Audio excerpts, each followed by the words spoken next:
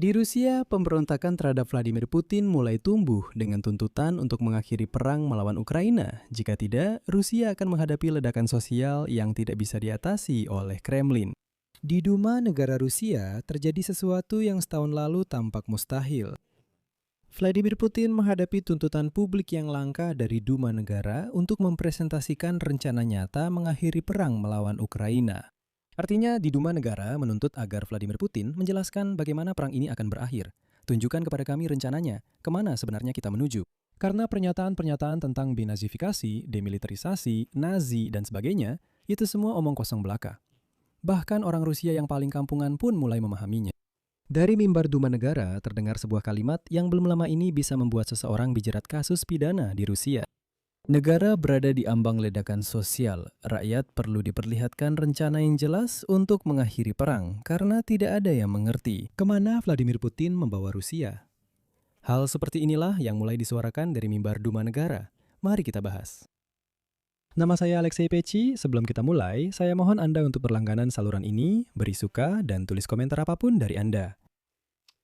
Jadi hari ini di Duma Negara Federasi Rusia, anggota parlemen dari Partai Komunis, Vyacheslav Markaev, secara terbuka menuntut Vladimir Putin untuk mempresentasikan rencana nyata mengakhiri perang melawan Ukraina. Dalam pidatonya, dia merinci semua hal yang menggerogoti Rusia dari dalam, yaitu skandal korupsi, oligarki, hilangnya, seperti yang dia katakan, bagian populasi yang paling aktif dan mampu bereproduksi. Yang dimaksud adalah para tentara Rusia yang tewas dalam perang melawan Ukraina, yang entah kenapa pergi berperang, akhirnya mati di tanah suci Ukraina, dan jenazah mereka sampai sekarang masih tertinggal di sana membusuk, tidak ada yang peduli. Nah, anggota parlemen dari KPRF mengatakan bahwa itu adalah bagian populasi yang paling aktif dan mampu bereproduksi yang telah hilang oleh Rusia. Sebenarnya tidak terlalu disayangkan, begitulah. Россия потеряла. Dan dia bilang bahwa ada masalah besar dengan serangan drone Ukraina, dan sebaiknya jangan pura-pura semuanya baik-baik saja. Nah, lalu anggota parlemen KPRF itu mengucapkan hal utama, kutipannya, "Waktu untuk berilusi sudah berakhir. Negara berada di ambang ledakan sosial." Dan dia menambahkan bahwa tanggung jawab atas hal ini akan sepenuhnya berada pada rezim Vladimir Putin yang telah mengakar. Jika situasinya tidak berubah, katanya, keresahan sosial dan kekacauan akan semakin mungkin terjadi. Dan Barat pasti akan memanfaatkan hal ini. Dan Markaev tidak sendirian dalam hal ini. Faktanya, dia hanya melanjutkan daftar tokoh publik yang menjauh dari garis resmi Putin. Pada akhir Mei, anggota parlemen lain dari partai yang sama, Renat Suleymanov, menyerukan agar perang segera diakhiri, dengan menyatakan bahwa ekonomi tidak akan mampu bertahan jika perang terus berlanjut. Dan sebelumnya, mantan pendukung setia Kremlin yang dikenal sebagai Z, propagandis Ilya Remeslo berbalik menentang Putin, menyebut Presiden Rusia itu sebagai penjahat perang dan pencuri. Dan ketika suara-suara seperti itu mulai terdengar di Duma negara, itu bukan lagi suatu kebetulan. Ini adalah gejala tertentu dari perubahan dalam masyarakat. Dan tiba-tiba, Vladimir Putin sendiri mulai mengakui adanya masalah. Artinya, dia memahami bahwa ketegangan di masyarakat memang ada, dan menceritakan dongeng tentang kemenangan kepada rakyat Rusia yang belum tercerahkan sudah tidak berhasil lagi. Putin mengakui bahwa tentara Rusia tidak bergerak secepat yang diinginkan, tetapi tetap saja setiap hari secara bertahap maju di garis depan. Selanjutnya kutipan dari si kerdil botak dan bau, Vladimir Putin. Semuanya berjalan sesuai rencana. Kami memang tidak secepat yang kami inginkan, tetapi kami tetap maju setiap hari, secara bertahap menguasai wilayah kami. Begitulah adanya. Kami akan mencapainya. Tidak boleh ada yang meragukan hal ini. Jadi, maksudnya, dia bilang tidak boleh ada keraguan. Dan lagi, beberapa ratus Ivan Rusia akan mati dalam perang melawan Ukraina. Nah, dan mungkin kita akan sampai pada sesuatu. Tapi keraguan, seperti yang kita lihat, ada. Nah, tapi di sini muncul pertanyaan. Kenapa fondasi rezim Putin mulai retak? Dari mana suara-suara seperti itu berasal? Pertama-tama, karena ekonomi Rusia sedang mengalami penurunan tajam. Pertumbuhan ekonomi praktis terhenti, inflasi tetap tinggi, dan serangan Ukraina terhadap kilang minyak serta terminal benar-benar telah memangkas anggaran Moskow secara signifikan. Faktanya, menurut data resmi, produksi minyak telah turun ke titik terendah dalam 16 tahun terakhir. Angka-angka pengeluaran militer terlihat menakutkan bahkan bagi Kremlin sendiri. Pada awal tahun 2026, pengeluaran militer meningkat lebih dari 30% dari tahun ke tahun dan mencapai 46% dari seluruh pengeluaran anggaran. Dan jika dibandingkan dengan pendapatan anggaran Federasi Rusia, gambarnya bahkan lebih parah. Dari Januari hingga Maret, pengeluaran militer setara dengan 2/3 pendapatan anggaran Rusia. Artinya, secara praktis setiap 2 rubel dari anggaran federal digunakan untuk perang. Coba dengarkan baik-baik. 2/3 pendapatan anggaran digunakan untuk perang. 2/3. Itu bukan 30%, itu 2/3. Namun, sinyal kepanikan sudah datang dari puncak tertinggi sistem keuangan itu sendiri. Saluran independen Rusia dengan mengutip sumber-sumber menyatakan bahwa Kepala Bank Sentral Federasi Rusia, Elvira Nabiulina, telah memberikan ultimatum kepada Putin. Nabiulina Поставила Путину ультиматум. akan menyelesaikan masa jabatannya hanya jika Kremlin tidak menutup perbatasan dan tidak memperlakukan status darurat militer. Katanya, jika itu terjadi, maka ekonomi akan benar-benar hancur, dan dia tidak ingin terlibat dalam hal itu. Menurut saluran Kami Bisa Menjelaskan, Nabiulina kabarnya berencana untuk segera mengundurkan diri. Dan minggu ini, dia dan para wakilnya bahkan melewatkan rapat dengan Putin dan para menteri tentang suku bunga. Dan seperti yang Anda pahami, ketika Kepala Bank Sentral menjaga jarak dari orang nomor satu, yaitu Vladimir Putin, itu bukanlah perdebatan teknis.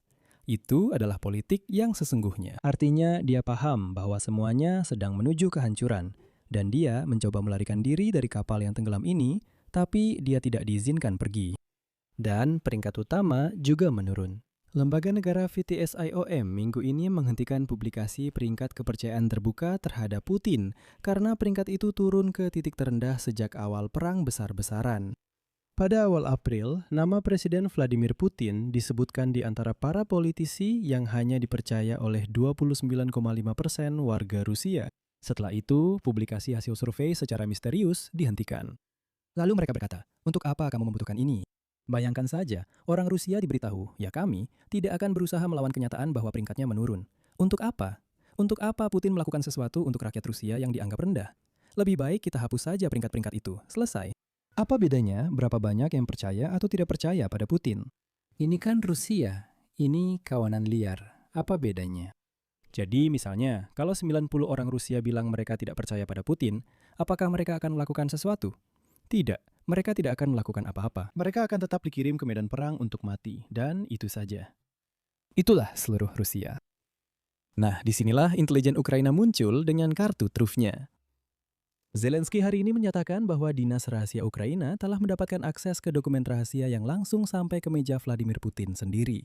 Yang dimaksud adalah tentang tingkat popularitas Kepala Kremlin, dan tentang ketidakpuasan rakyat Rusia terhadap tindakannya. Zelensky merumuskannya seperti ini. Vladimir Putin jarang menerima informasi yang sepenuhnya benar dan tanpa hiasan.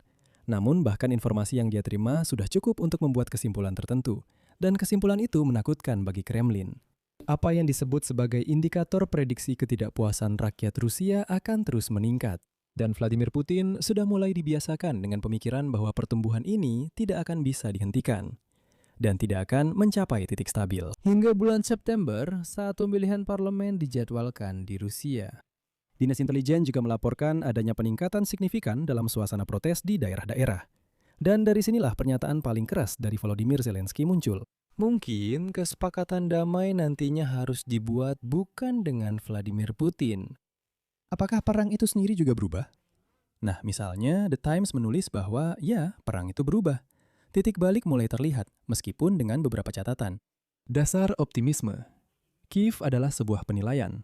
Penilaian bahwa Ukraina saat ini membunuh atau secara permanen melumpuhkan lebih banyak tentara daripada yang bisa direkrut Rusia. Intelijen militer Ukraina memperkirakan kerugian musuh sekitar 30.000 orang per bulan. Tekanannya tinggi dan dalam beberapa bulan ke depan, kerugian Rusia sangat mungkin melampaui jumlah rekrutan baru. Namun terlalu dini untuk menyebut ini sebagai titik balik. Sekarang drone FPV mendominasi medan perang. Ukraina telah menggandakan target produksi drone, dan pemutusan Starlink untuk Rusia memberikan keunggulan unik bagi Kiev di wilayah antara 50 hingga 200 km. Artinya, ini adalah serangan jarak menengah. Namun inilah paradoks utama yang tetap membuat kita tidak bisa bersantai. Meskipun ada keluhan di Duma Negara, penurunan peringkat, dan bank sentral yang memberontak, Vladimir Putin tetap tidak mengubah arah kebijakan. Pada 12 Juni, ia menandatangani dekret untuk menambah jumlah tentara hampir 10.000 orang. Ini adalah perluasan kedua tentara Rusia dalam 4 bulan terakhir.